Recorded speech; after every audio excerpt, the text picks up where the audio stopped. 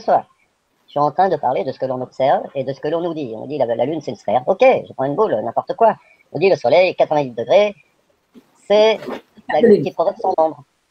Puisque pour rappel, avant c'était la Terre, mais là maintenant, ils s'en sont aperçus que c'était pas possible de voir la Lune en plein jour et le Soleil en plein jour au-dessus de l'horizon, donc c'était plus la Terre qui pouvait faire de l'ombre. Alors du coup, ils disent c'est l'ombre qui fait sa propre ombre toute seule. Allô? Y'a quelqu'un au bout du film? C'est cela, oui, oui. Alors on revient à ce que Nofir a dit, que avant, c'est-à-dire qu'il n'y a pas si longtemps, hein, on croyait que les phases de la Lune étaient provoquées par l'ombre de la Terre, et que depuis que les plateux, enfin, je suppose qu'ils cherchent à faire croire que ça, c'est comme l'histoire des vols dans l'hémisphère sud, hein, qui n'existait pas avant que les plateux révèlent au monde que la Terre était plate, hein, depuis, voilà, donc Monsieur Nofir a quand même décrété que depuis que les platistes commencent un peu à s'exciter, les compagnies aériennes ont obligation de faire des vols dans l'hémisphère sud. J'ai montré clairement qu'il racontait des bobards dans une précédente vidéo, que ces vols dans l'hémisphère sud existent depuis très longtemps. Bref, donc pour en revenir en face de la Lune, ce Nofir, qui n'a toujours pas peur du ridicule, dit que depuis pas si longtemps, vu qu'on comprenait pas comment ça se passait, les phases de la Lune, que ça pouvait pas correspondre à l'ombre de la Terre projetée sur la Lune, et bien qu'on a décrété que c'était la position de la Lune qui était responsable de ces phases. La position relative de la Lune par rapport à la Terre et au Soleil qui était responsable de ces phases. Alors apparemment, selon lui, c'est récent, hein, c'est très récent. Alors, je vous montre, tu vois, comme d'habitude, Nofir, il cherche pas. Nofir, il a des idées qui lui sortent de la tête, et à partir de ces idées, il crée ses hypothèses. Voilà. Mais par contre, si encore il crée ses hypothèses en restant, on va dire, modeste, en disant moi je pense que, moi j'imagine que. Non, non, Nofir pose ses hypothèses comme des vérités. Et Nofir veut démonter nos connaissances, démonter, voilà, hop, déstructurer nos connaissances actuelles en imaginant, je sais pas moi, découvrir des trucs qui étaient cachés, quoi, qui étaient complètement cachés. Alors voilà, il suffit de chercher un petit peu là. On est sur Google Book et il suffit de chercher un petit peu. Voilà, donc là j'ai tapé phase lune traité d'astronomie. Donc il y a des choix qui s'offrent à nous et on a la possibilité d'ouvrir un bouquin qui est un livre numérique gratuit qui s'appelle Traité élémentaire d'astronomie physique, théorie du Soleil, théorie de la Lune, etc. par Jean-Baptiste Biot. C'est un bouquin qui a été écrit en 1809 et édité en 1810, donc voilà, c'est pas très récent. Et au chapitre 3, page 352, on a explication des phases de la Lune. Alors je vais vous lire un petit peu. Ayant reconnu la marche circulaire de la Lune sur la sphère céleste, voilà, donc déjà, hein, cherchons quelle peut être la cause de ces variations périodiques que l'on observe dans sa lumière. On ne peut pas raisonnablement supposer que cet astre acquiert et perde successivement la faculté de briller, car alors, à quelle cause probable pourrait-on attribuer les périodes si régulières de ces changements? Donc ils en déduisent que la Lune ne peut pas être lumineuse. On ne peut pas dire non plus qu'il y ait une face lumineuse et une face obscure qu'il nous montre tour à tour, il est certain que la Lune nous présente toujours la même face. En effet, lorsque son disque n'est qu'en partie lumineux, sa partie obscure n'est pas tout à fait invisible, et elle est encore éclairée d'une faible lueur, que l'on nomme la lumière cendrée. Nofir, il appelle ça la lune cendrée, hein, donc voilà, il a encore compris de travers. Hein. Photo de la lumière cendrée. Voilà, donc la lumière cendrée, je vous explique un truc. C'est la lumière du soleil qui est réfléchie par la Terre, hein. Voilà, c'est la lumière réfléchie qui éclaire la Lune. Ça, vous pouvez observer la lumière réfléchie partout autour de vous. Vous regardez une partie qui a l'ombre d'un objet. Si vous présentez une phase qui est éclairée par le soleil enfin derrière, au niveau de cette ombre, vous allez voir que cette ombre devient plus claire parce que la lumière du soleil est réfléchie par l'objet que vous y aurez placé derrière. Bref, vous comprendrez, enfin la lumière cendrée, je vous mets un schéma de ce que c'est que la lumière cendrée. À l'air de cette lueur, on y remarque des sinuosités, des taches qui sont absolument les mêmes que dans le temps où la Lune est entièrement lumineuse. On va comparer, voilà.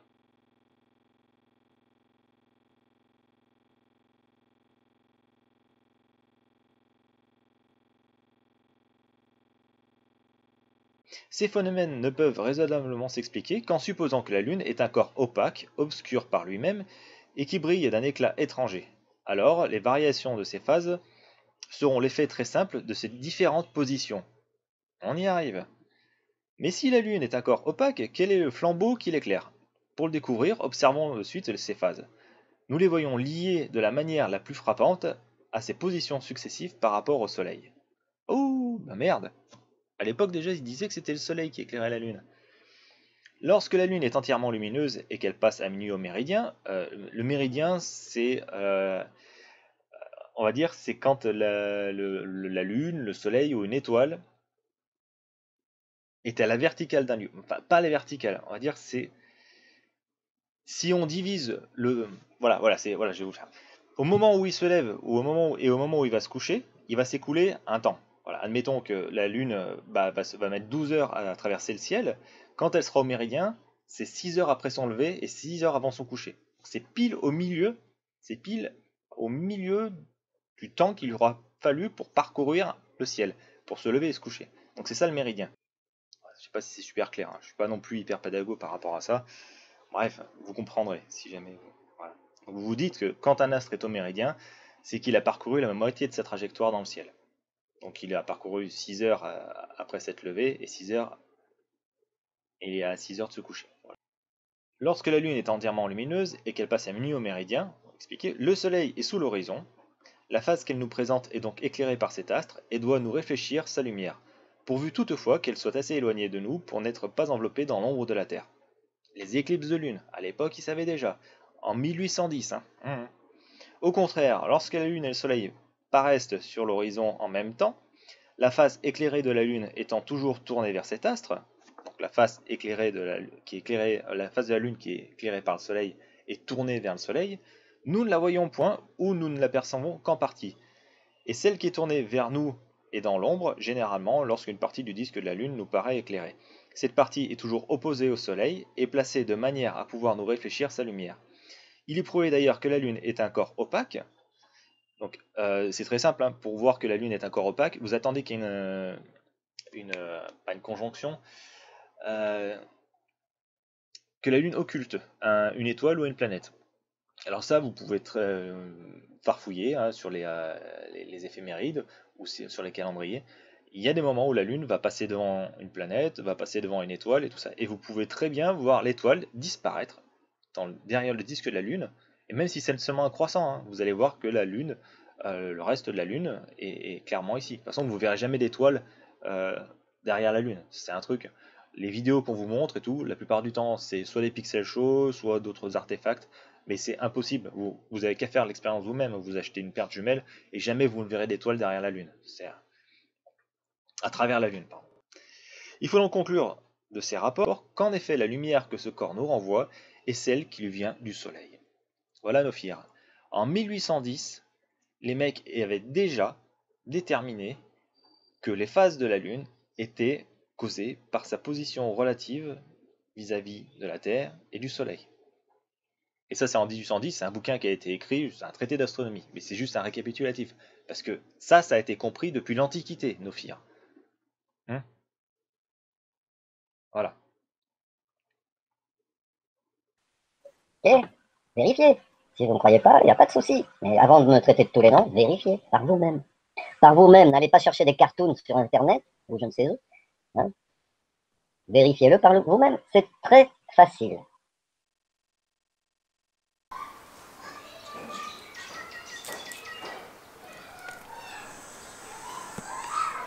Bon, bah ça risque d'être bruyant, hein. Ceci est la Lune, une balle de squash, que je vais positionner ici. Je vais regarder. Hop, voilà. Parfait. Alors, avec l'affichage devant, c'est pas terrible. On va mettre comme ça. Voilà. Et ça, c'est la Terre. Voilà. Donc on va revenir quand le soleil sera un petit peu plus bas. Et pour pouvoir vérifier si, comme Nofir nous l'a dit, l'ombre de la Lune ne présentait jamais la figure qu'on lui connaît en fonction de de ce qu'il nous a présenté. Vous avez peur. C'est tout. C'est très simple. Si vous allez vérifier dans le livre, c'est parce que vous vous raccrochez à vos croyances, à votre livre sacré. Ici, vérifiez par vous-même. Il n'y a pas besoin d'argent, il n'y a rien. Vous allez dans votre cuisine, prenez une pomme, prenez une torche électrique. Là, ce soir, faites l'expérience. Bon, vite avant que le soleil se couche. Alors, voilà ma sphère éclairée de côté par le soleil. Donc le soleil est toujours à ma droite. Donc contrairement à ce que dit Nofir, voilà, c'est exactement la moitié de la sphère qui est éclairée. D'ailleurs, je me situe un petit peu même trop à droite par rapport à l'axe médian qui est observé. Mais par contre, ce qu'on observe, si jamais une bactérie se trouvait sur ma Terre là, et observait la Lune,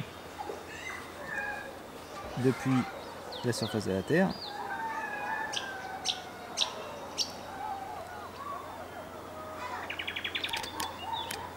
j'augmente un petit peu la lumière.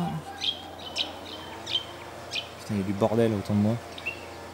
Eh bien, on observe exactement la même phase.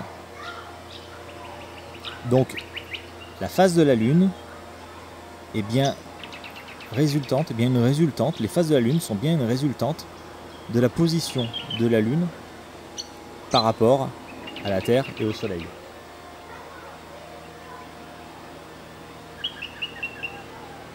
Voilà. Je veux dire, enfin, il suffit de prendre une balle et de la foutre dans son jardin un jour de soleil pour s'en rendre compte. Enfin bon, Sanofi, elle n'a pas l'air d'avoir compris. Conséquence importante de la soirée. Première conséquence importante. Là, je suis en train de vous montrer que la Lune ne peut pas être sphérique de par les ombres observées.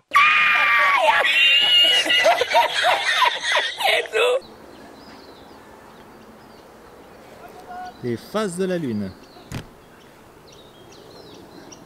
Gibbeuse, pleine lune, avec une éclipse de ma tête, gibbeuse décroissante, demi-lune, désolé pour mon orange qui n'est pas parfaitement sphérique,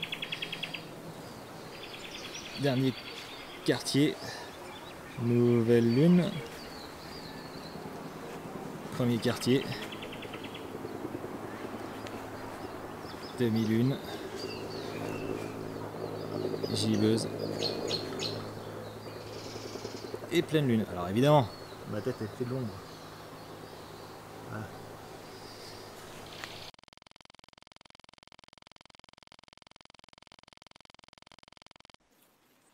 On fait une pause Z ou je continue? Parce qu'il faut digérer quand même la chose, il faut réaliser, il faut... Et depuis, j'ai découvert une totale liberté de pensée cosmique vers un nouvel âge réminiscent. Bon, avant de vous quitter, je vais vous conseiller deux chaînes. La chaîne d'Olivier Joseph, qui fait des debunks qui sont extrêmement précis et ultra rigoureux. Donc c'est vraiment une chaîne sur laquelle vous pouvez aller. Il fait des vidéos qui sont très courtes, mais super instructives. J'aime beaucoup ce style, quoi, et c'est quelqu'un qui a énormément de connaissances et qui est très rigoureux dans ses démonstrations. Et l'autre chaîne dont je voudrais vous parler, c'est la chaîne de Paul Cordier. Alors lui, c'est beaucoup de déconnades, beaucoup d'éclates sur le thème de la Terre plate. C'est très offensant pour les plateux. Mais non, mais bon, hein, comme dit Z, hein, c'est de l'humour, hein, c'est pas méchant, hein, c'est juste de l'humour. Voilà. Donc, eh bien, je vous encourage fortement à aller voir ces chaînes et puis éventuellement soit vous abonner ou bien laisser quelques likes sur leurs vidéos, ça leur fera plaisir.